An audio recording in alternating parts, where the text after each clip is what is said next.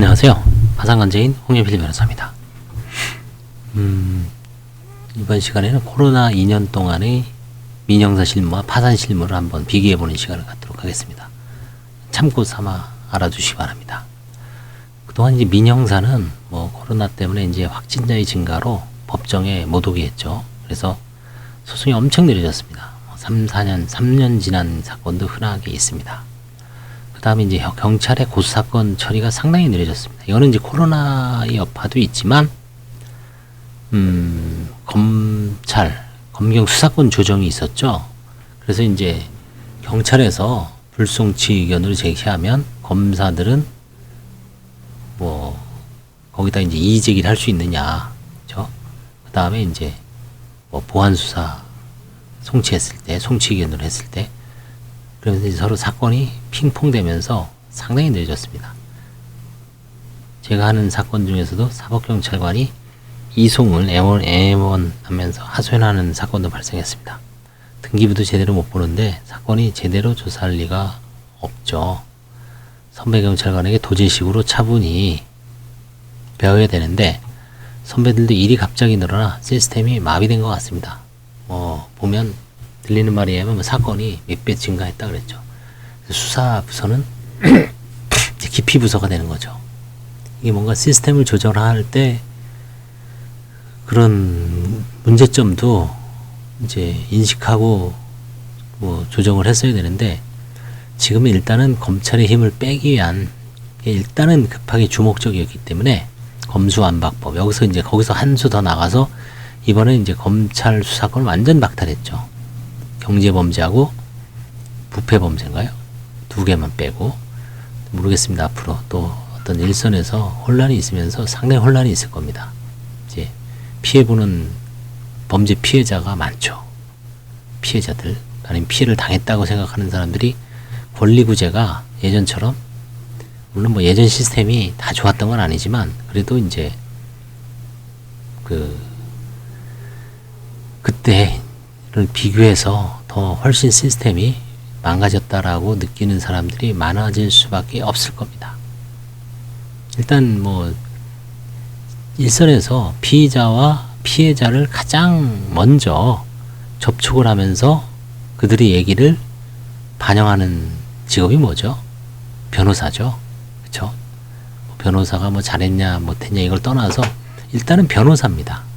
변호사들의 의견도 잘 참고해서 적용해야 되는데 속의 경일기죠.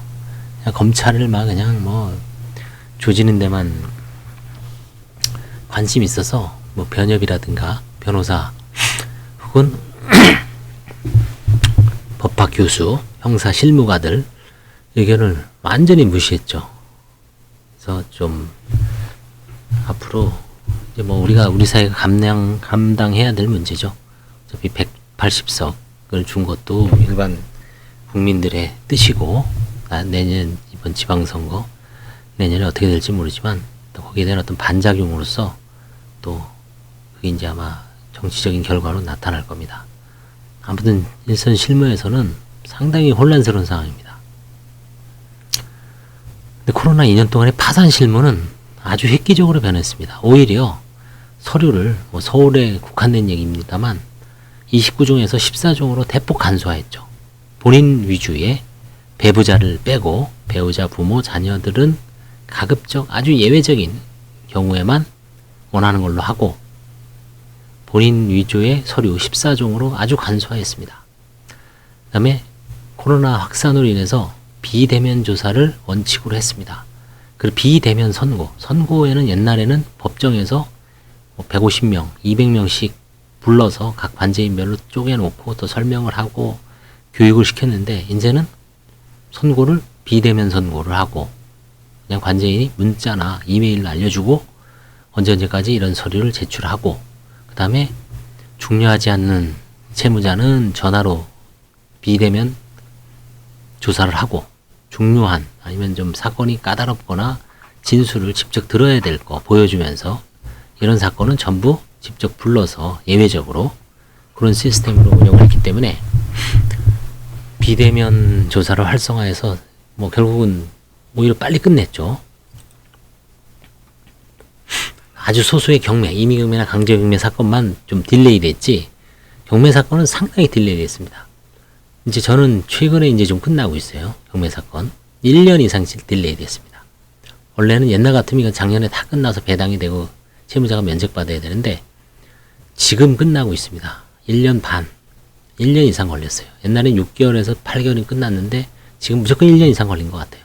왜냐면 경매 자체가 법원의 업무인데 실무관들 뭐 비대면 근무하면서 그다음에 코로나가 확산되면서 또 이 실무관들은 같이 뭉쳐있죠.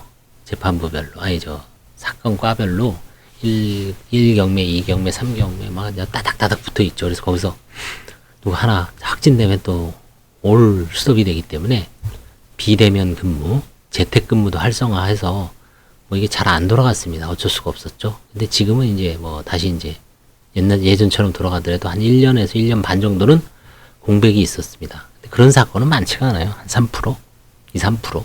그죠? 100건이면 한두 건, 두세 건 하나야. 그래서 뭐 그 사건 자체가 딜레이 됐다 그래서 전체적으로 차지하는 비중이 워낙 미미하기 때문에 뭐 나머지 사건은 엄청, 제가 최신 경매 사건 보여줬죠. 매달 하죠. 그것만 쭉 봐도 뭐 대부분 사건은 50% 이상은 1회 2일에 면책되고 20, 30%는 환가가 되고 20, 30%는 이제 속행이 되면서 채무자 송달 때문에, 채권자 송달 때문에. 저 개인적으로도 세 자릿수 적재에서 두 자릿수 적재. 옛날에 뭐 사건이 많은, 요즘 이제 사건이 많이 줄어서 그런 면도 있습니다. 사건이 많이 줄여서 지금 이제 거의 두 자릿수. 뭐 사건에 한 달에 20건 정도 유입이, 댐으로 유입되는 양이 적으면 어떻습니까? 댐이 만조 수위가 홍수 때 이제 달까 말까 하지만 평소에는 물이 말라 있죠. 지금 그런 상황입니다. 관제인들이. 예전엔 사건이 넘쳐서, 그쵸? 만약에 만조 수위가 200m면 180m까지 차 있었는데 지금은 뭐 절반으로 그냥 확 떨어졌죠. 그러니까 지금 뭐 200m 기준으로 80건. 예전에는 그래도 한 140건에서 150건까지 올라갔었는데 지금은 이제 88건, 그죠? 많이 두 자릿수로 떨어졌습니다. 이거는 뭐 사실 장단점이 있습니다. 그 다음에 사상 저도 최초로 장기 적체를 미보고했습니다. 신청 후 2년 경과 사건이 없었습니다. 개인적 경험으로 그동안은 뭐 한 몇 건 있었는데 이번에는 뭐 그 사건을 제가 업무 자체를 좀 변경을 해서 시스템을 딱 갖춰놔서 그런지 몰라도 장기 적체는 없습니다. 장기 적체. 이제 한두 건 경매에서 늦으면은 그 경매도 이제 결국은 끝나게 돼 있습니다.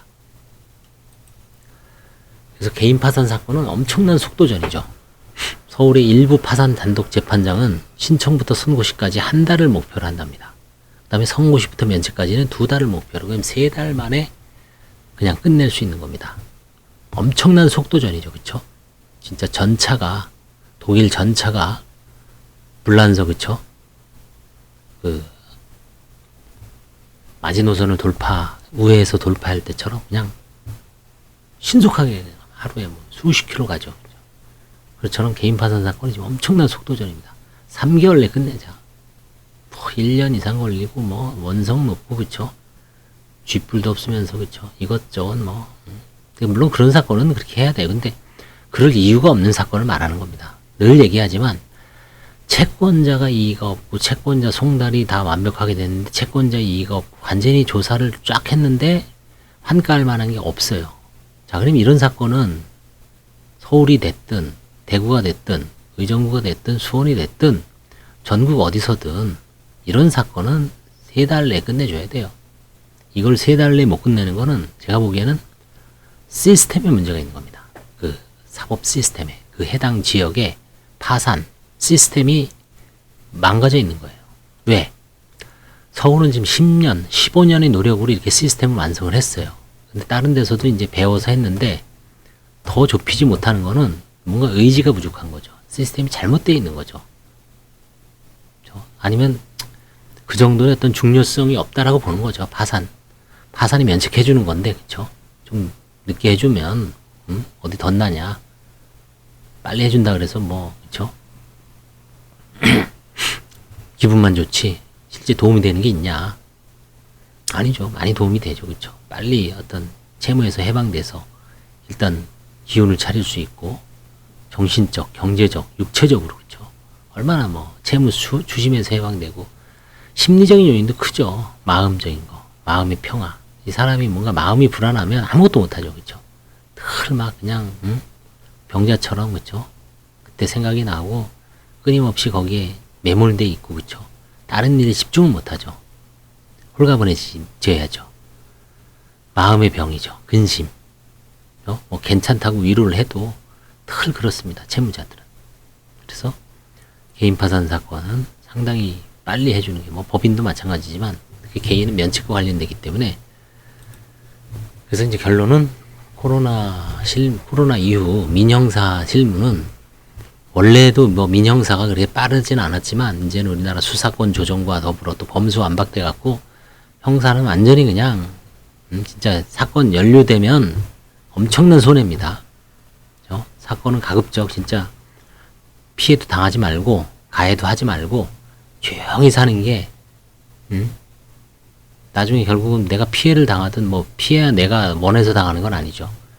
근데 가해자가 되는 건 막을 수는 있죠. 얼마든지.